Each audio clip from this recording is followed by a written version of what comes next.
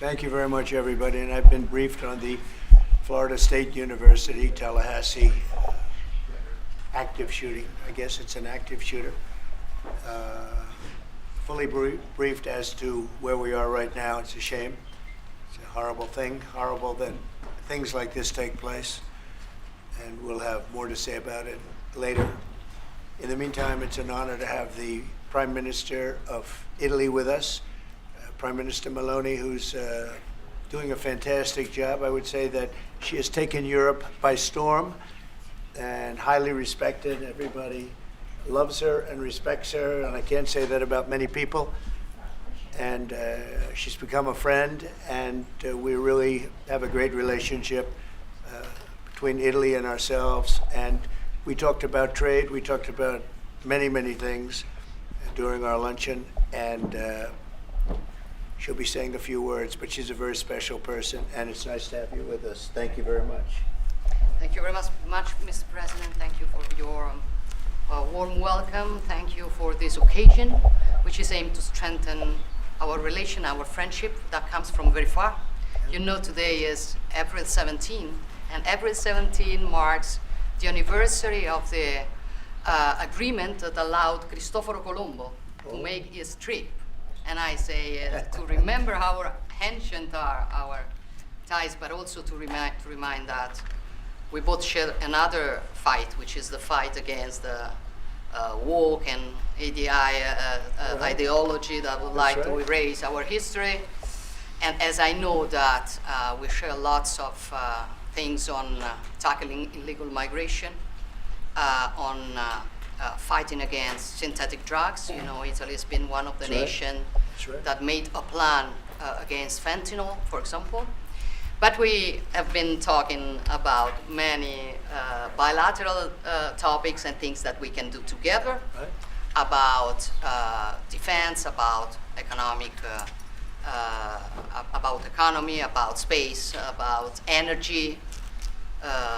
Italy will have to increase its LNG imports, and also nuclear that we are trying to develop. I think there can be ways to work together, and the Italian enterprises will invest, as they've been doing for many years, as you know, in the next years, I think around 10 billions. That shows how interconnected our economies are.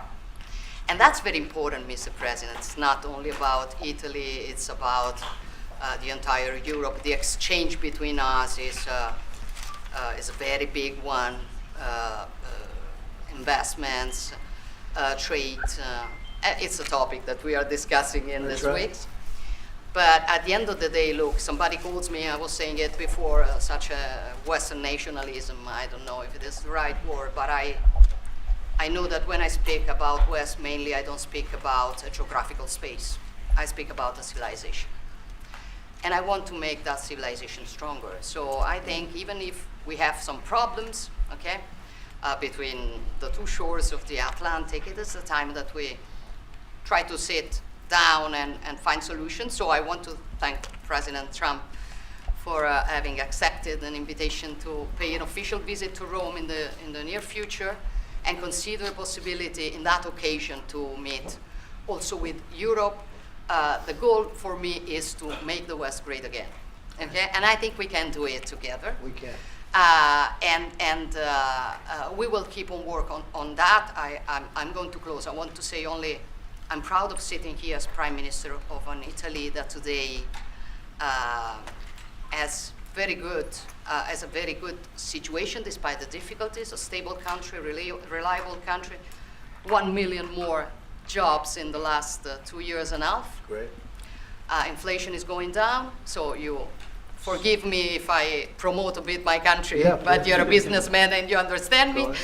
So migration flows going down 60%. So we are trying to do our best, but I think we can do it even better together. Also on Ukraine, I will close.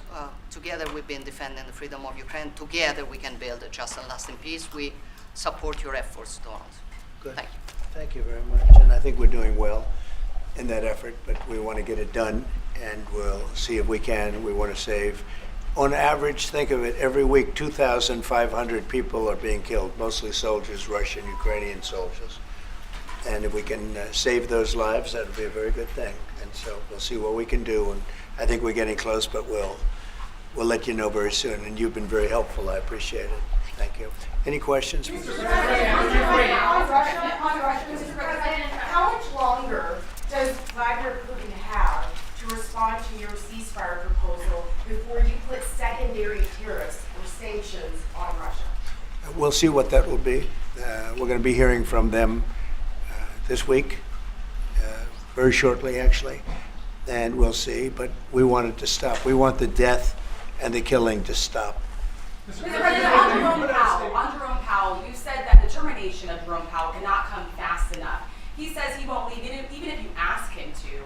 Oh, he'll leave. If I ask him to, he'll be out of there. But Do you believe I don't think he's. I don't think he. trying to do that? I don't think he's doing the job. He's too late, always too late, a little slow, and I'm not happy with him. I let him know it, and if I want him out, he'll be out of there real fast, believe me. Yeah, go ahead. Are you trying to remove him? Go ahead, please. Question? Are you trying to remove him, Mr. President? Yeah, question? Mr. President, I think Judge Boasberg, in a case against your administration, said the Constitution does not tolerate willful disobedience of judicial order. Do you agree with that statement? Well, you're going to have to speak to the lawyers. We have great lawyers. I can tell you this, we're doing a fantastic job of getting criminals out of this country who Biden allowed into the country. Hundreds of thousands of criminals, murderers and drug dealers. And I was elected because of the fact, I would say maybe that was the number one factor, for a lot of reasons, the economy, a lot of things. But one of the primary reasons I was elected is because I said, I'm going to get the criminals that he allowed to come into our country so stupidly through open borders. I'm going to get them out. And I got a lot of votes, record-setting numbers of votes, as you know. We won everything. The popular vote, all 7 swing states, we won everything. And that's what the public wanted. That's what I'm doing. But you'll have to speak to the lawyers because it's up to them. Mr. President, what do you think of the proposal from France? Say it. What do you think of the proposal from France and UK of a peace mission in Ukraine with soldiers? And do you think that Italy should take part into it? Well, I think Italy will have to make that determination, but peace missions are always good with me. I'm okay with peace missions. Yeah, please. Mr. President, have you discussed what areas of cooperation have you discussed with the Prime Minister vis-a-vis Italy and the United States and Europe and the United States? And on China? We discussed it very briefly. No, we're doing very well with negotiations, I think, with all countries. And Scott could tell you a little bit, but we are doing very well. We have a lot of countries that want to make a deal. Frankly, they want to make deals more than I do. Go ahead, Scott. Would you say something, please? Yeah, we've got a process in place. We're working on the big 15 economies first. We had a fantastic meeting with Japan yesterday. I believe there have been calls with the EU already. And then we have South Korea coming in next week. And I believe India is also talking. That's moving very quickly. Go ahead. Ukraine's President Zelensky has said he has evidence that China is supplying weaponry or ammunition to Russia. Do you have any evidence along those lines? And also, he said we could see a minerals deal signed this week. Is that? Well, we have a minerals deal, which I guess is going to be signed on Thursday, Scott, next Thursday, soon. And I assume they're going to live up to the deal, so we'll see. But we have a deal on that. No, I have no comment on that. I have no idea. That's his statement, not mine. Mr. President, there are reports that you waved off an Israeli attack on Iranian nuclear facilities. Can you comment on that? Is that accurate? And they say the attack is what? That you waved off an Israeli plan to attack Iranian nuclear facilities. I wouldn't say waved off. I'm not in a rush to do it because I think that Iran has a chance to have a great country and to live happily without death. And I'd like to see that. That's my first option. If there's a second option, I think it would be very bad for Iran. And I think Iran is wanting to talk. I hope they're wanting to talk. It's going to be very good for them if they do. And I'd like to see Iran thrive in the future, do fantastically well. I know the Iranian people, they're incredible people. always have been very smart, very energetic, very successful people. And I don't want to do anything that's going to hurt anybody. I really don't. But Iran can't have a nuclear weapon. It's, pretty simple. It's really simple. We're not looking to take their industry. We're not looking to take their land. All we're saying is you can't have a nuclear weapon. The deal that was made with Obama, that deal would have expired already. It was a terrible deal. It would have expired. And that gave them a clear path to a nuclear weapon. I wouldn't have accepted. That's why I terminated the deal. Number one, it was way too short. When countries are involved, you don't make short-term deals. These are countries with long lives. And I terminated that. And it was a great termination because it didn't allow us to do anything. Once it terminated, you know what the deal was. It was a terrible deal. Really, one of many terrible deals made by the U.S. But no, I'd like to see Iran thrive. And they can do that, I think, very easily, or they can do it the other way. The other way is not going to be good for them. It's going to be really bad for them. What do you make of the Nvidia CEO going to China and met with trade officials there? Well, Jensen's an amazing guy. He's become a friend of mine, and I don't know, he's a person that's very proud of our country. He loves our country. I'm not worried about Jensen at all. Mr. President, before holding you in contempt, will you take steps to return Kilmar Abrego Garcia to the United States and put him in front of a judge? Well, I'm not involved in it. I'm going to respond that by saying you'll have to speak to the lawyers, the DOJ. I've heard many things about him, and we'll have to find out what the truth is. But I will say this, we were inundated by millions of people, many millions of people during the Biden administration. They say 21 million.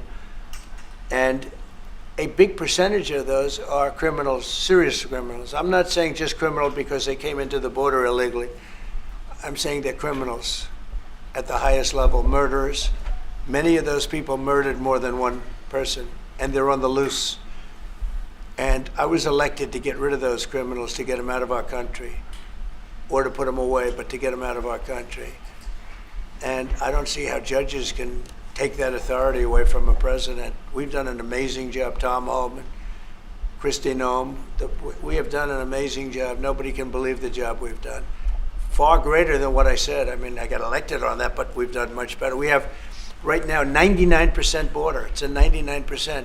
Nobody thought that would even be, nobody's coming through our border practically.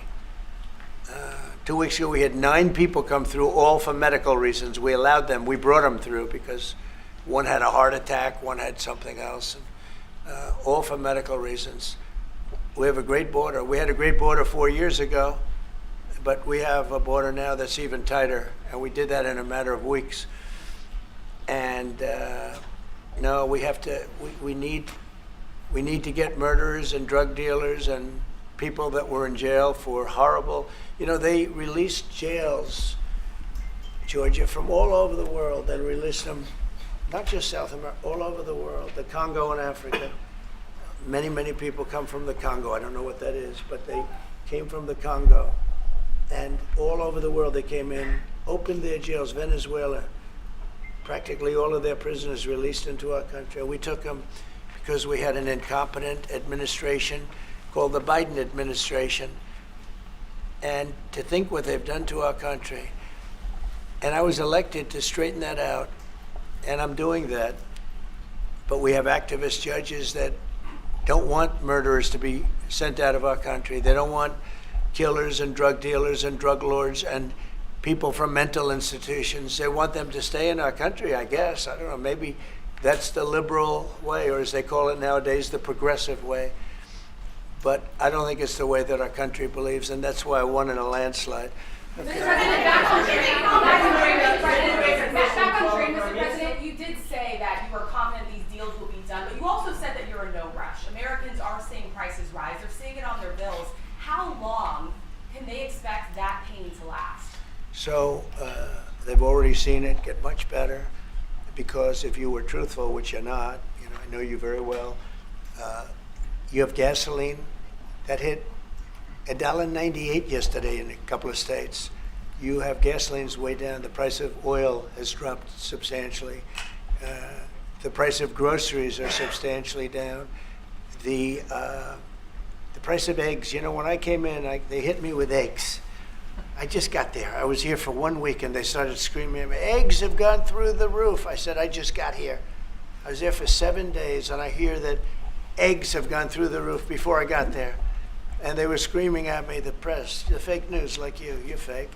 And the fake news is screaming at me like about eggs. I said, I've only been here, this is my 7th day. And they were right. They went up 87% and you couldn't get them. They said, you won't have eggs for Easter, which is coming up. Happy Easter, everybody. You won't have eggs for Easter. And we did an unbelievable job. And now eggs are all over the place and the price went down 92%. And our Commissioner of Agriculture, Brooke, has done a fantastic job. They really have done a fantastic job. So prices haven't gone up. The only thing that's gone up actually is interest rates, because we have a Federal Reserve Chairman that is playing politics. Somebody that I've never been very fond of, actually. But he's playing politics. Interest rates should be down now. They should be coming down.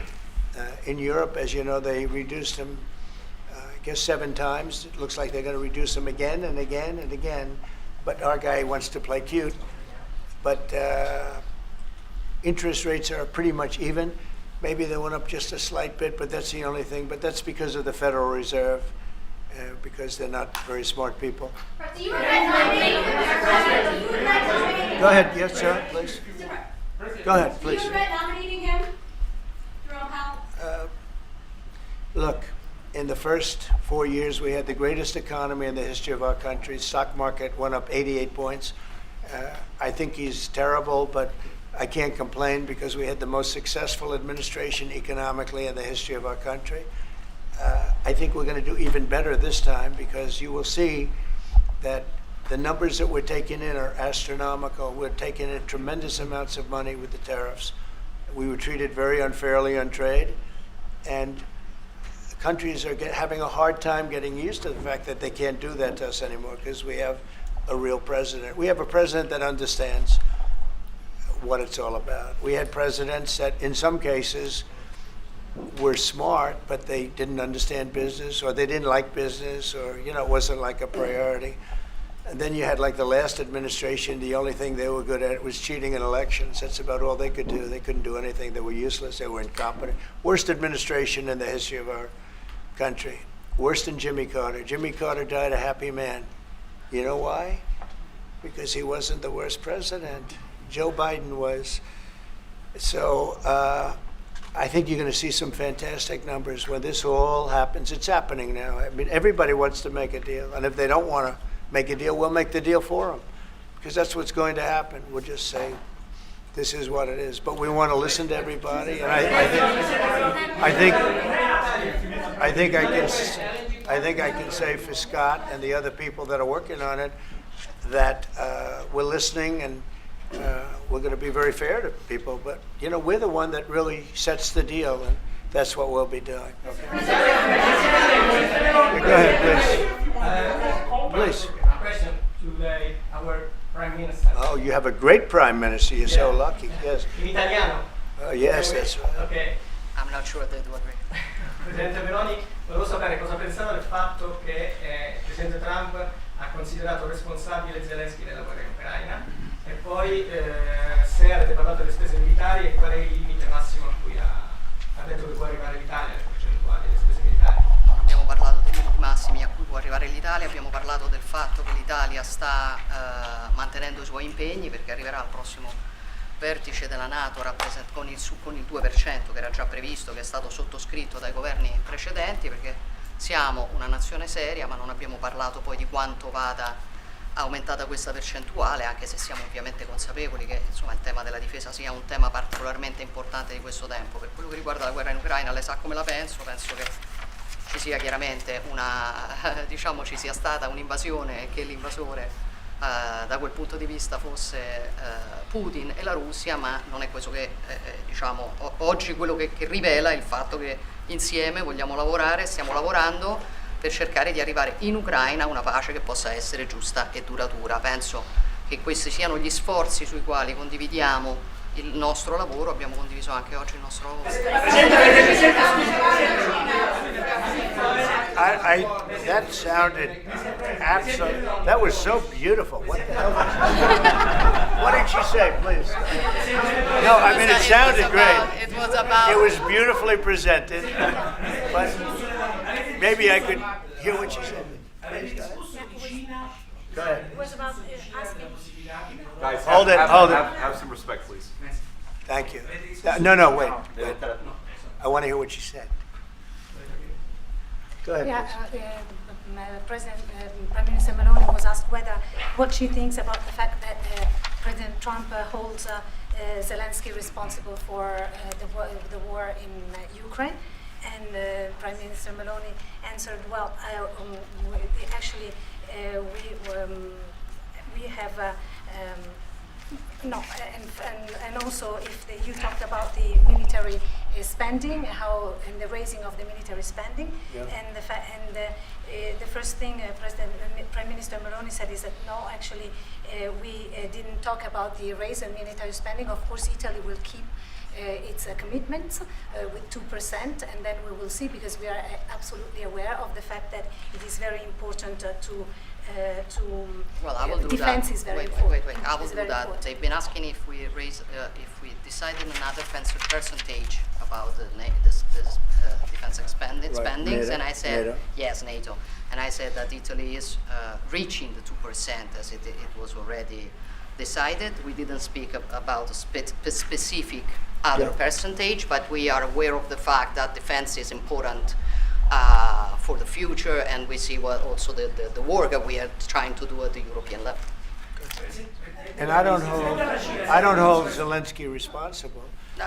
but I'm not exactly thrilled with the fact that that war started. That was a war that would have never started if I were president. You'd have millions of people living right now that are dead. You'd have cities that would be open and thriving, and they'd have their beautiful turrets. Those turrets are the most beautiful in the world, but they're not with us any longer. They're smashed to smithereens, laying on the ground in a million pieces, getting hit by rockets, bombs, and bullets. And so I'm not happy with him, and I'm not happy with anybody involved. I think it's a war. I know it's a war. It didn't happen for 4 years. It was never close to happening. It was never even a thought. And I spoke to President Putin about it a lot. It was the apple of his eye, but there's no way he would have ever gone in if I were president. Now I'm trying to get him to stop because, as you know, Russia's a lot bigger.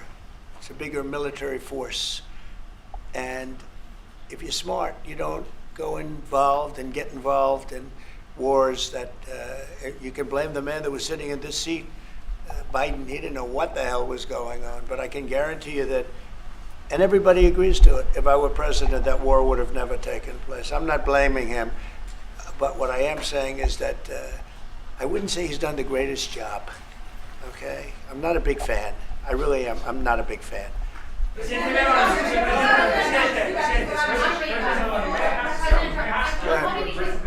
ahead. Go ahead. Presidente Meloni, avete discusso di Cina, della possibilità che l'Europa ponga dei dazi, diciamo, sulla Cina. Mr. President, are you sure about the definition of parasite of European? Would you say again that European parasite? It's never said. Would you say again that The European- Have you said that yeah. Europeans are parasites? Yeah. Have you seen it? No, I haven't don't- said. I don't know. He didn't say it. I don't even know what you're talking about. Go ahead, please. Go ahead. No, wait. Next. Go. Thank you. Prime Minister Meloni just said we want to make Europe great again, and we want to do it together with the United Sure. The West, yeah. Did you? I guess that's what you said, Mr. Prime Minister. How are you going to do that? And are you looking to do it to counter China, who is really trying to gather influence against the United States with the help of its joint? I hope that Europe is going to be great again. Europe has gone through a lot of problems, and a lot of it's having to do with immigration. And I'm not a big fan of Europe and what they've done with immigration at all. And I think they got to get smart. because Europe is being very badly hurt by what they've done with immigration. Now, I'll say this, that the Prime Minister has taken a very tough stand on immigration. And I commented to her before, I said, I wish more people would be like you having to do with that subject, but they're not. Europe is very important to me. Europe is very important to the world. I want Europe to do very well. I think they have to get a lot smarter on immigration. But we are beginning doing it. You've all seen how the policies of the European Union in the last, let's say, 2.5 years have been changing. Okay, at the beginning we were talking only about how we were redistributing illegal migrants coming to Italy. Now we are talking mainly about how to stop illegal migration, work with the countries of origin and transit, and to return people. The European Commission just did the new rules about repatriations and things like that. So things are changing, Yeah, thanks also to the example that Italy brought in lowering the rates of illegal migration. So we are working now together. So I'm optimistic on that. Good. I hope so. Go Go ahead, please. Go ahead. I'd like to ask President Meloni if you have discussed the option of starting a deal with Italy on satellite communications, and to President Trump, if you want to see the Google company growing up. The Google what? The Google company, What the about it? Google business, if you want to see it growing up, separate. Go ahead, please. Oh, well, we didn't discuss about Starlink. We've been discussing about defense space.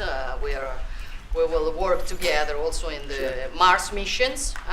So there are big things to do together, but we didn't discuss it. Anything in your conversation with the Prime Minister that changed your mind potentially about tariffs and what you plan to do going forward? Is there anything the Prime Minister said to you that changed your perspective? No, tariffs are making us rich. We were losing a lot of money under Biden, trillions of dollars, trillions on trade. And now that whole tide has turned. We're making a lot of money. We're taking in a lot of money. Don't forget, we're taking in 25% on cars, 25% on steel, 25% on aluminum, 10% baseline. We put penalties on China for sending us fentanyl. We put penalties on Mexico and Canada, 25% for allowing fentanyl and allowing the borders to be weak. Now we're taking in billions and billions of dollars while I sit here and talk to you. And we didn't take in anything before other than the tariffs that I put on previous to Biden, which were the tariffs I put on China, where we took in up until this point probably $700 billion. They were Trump tariffs. He tried to weaken them. He did everything he could. You know, he got paid money by China, right? The family got paid money, he did. And so I don't know, maybe that was the reason or maybe it wasn't, but he tried to weaken them, but he couldn't because there was so much money that his budgets, you know, they couldn't stand not doing it. But I took in the, up till this point, my tariffs on China. Nobody ever took in 10 cents from China. No other president took in 10 cents. I took in more than $700 billion from China. So we're doing very well. I mean, our country's doing very well. They had a bad report today from one of the healthcare companies that had an impact on the stock market. But this isn't about that. This is really, we're building a base. We're building a country like no other. And again, I had the strongest economy in the history of our country by far, history of any country probably, but the history of our country in 4 years. And I think this has a chance to be much better. Can you clarify on the mineral field? Will that be signed here at the White House with Ukraine on Thursday? Will President Zelensky be coming here for that? I don't know exactly. I'm going to leave that to Scott. What do you think? Where would it be signed and when? Yeah, we're still working on the details. We're shooting for around April 26th. Is there any more details that you could tell us about what's in that deal and how it came together? It's substantially what we'd agreed on previously. When the president was here, we had a memorandum of understanding. We went straight to the big deal, and I think it's an 80-page agreement, and that's what will be signed. President Trump, on rate cuts, can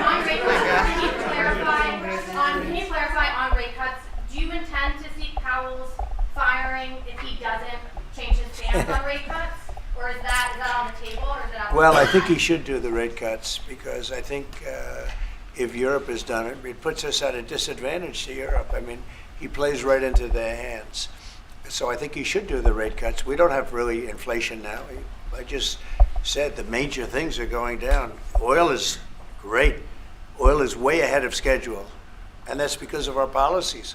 But oil is down into the $60, $65 range now per barrel. And I told you, in certain states we have less than $2 for gasoline. And food is down. Groceries, as we call it, are down. Other than interest rates, everything's down. Interest rates are pretty flat. They're not. It's not that they're up, but we should be better than flat. We should. If he would lower the interest rate, I think it would have a good impact on that too. But the costs are down. We have very little inflation. I would say we have essentially no inflation. Hard to have inflation when oil goes down, and oil goes down. When Biden came in, oil went through the roof. That's what caused our problem. That and his very dumb spending. But when the oil prices go down, and they have gone down a lot, we've gotten it down really good. We've opened it up and we've gotten them down. And that means that people driving cars are going to be paying $2 and $2.50 instead of $4.50. And, you know, even at the end, they tried just for the purpose of the election to get it down. But they had really lost that sucker. It was not good. But if they had won, oil right now would be at $7 or $8 because of their policy. And we're going to be at about $2. Could be even a little bit less than that. And you're starting to see it. So I don't know how you can have inflation when oil has come down quite a bit. And I would say the Fed really owes it to the American people to get interest rates down. That's the only thing he's good for. And he would have an effect on that if he lowered them. And I think at some point he will. He's going to have a lot of political pressure. You know, they are political also. And I think there's a lot of political pressure for him to lower interest rates. Okay? Yeah, go ahead. Sorry. Please. Do you think that Italy can be your best ally in Europe? And also, do you ever notice when you walk if you step on hands? Only if the prime minister remains the prime minister can it be our best. she's doing a great job, and yeah, certainly one of our great allies, not just in Europe, anywhere. She's a fantastic person and doing a great job, and our relationship is great. And we have a lot of Italians in this country, I tell you, and they like Trump, and they voted for Trump. Anyway, thank you very much, everybody. Thank you.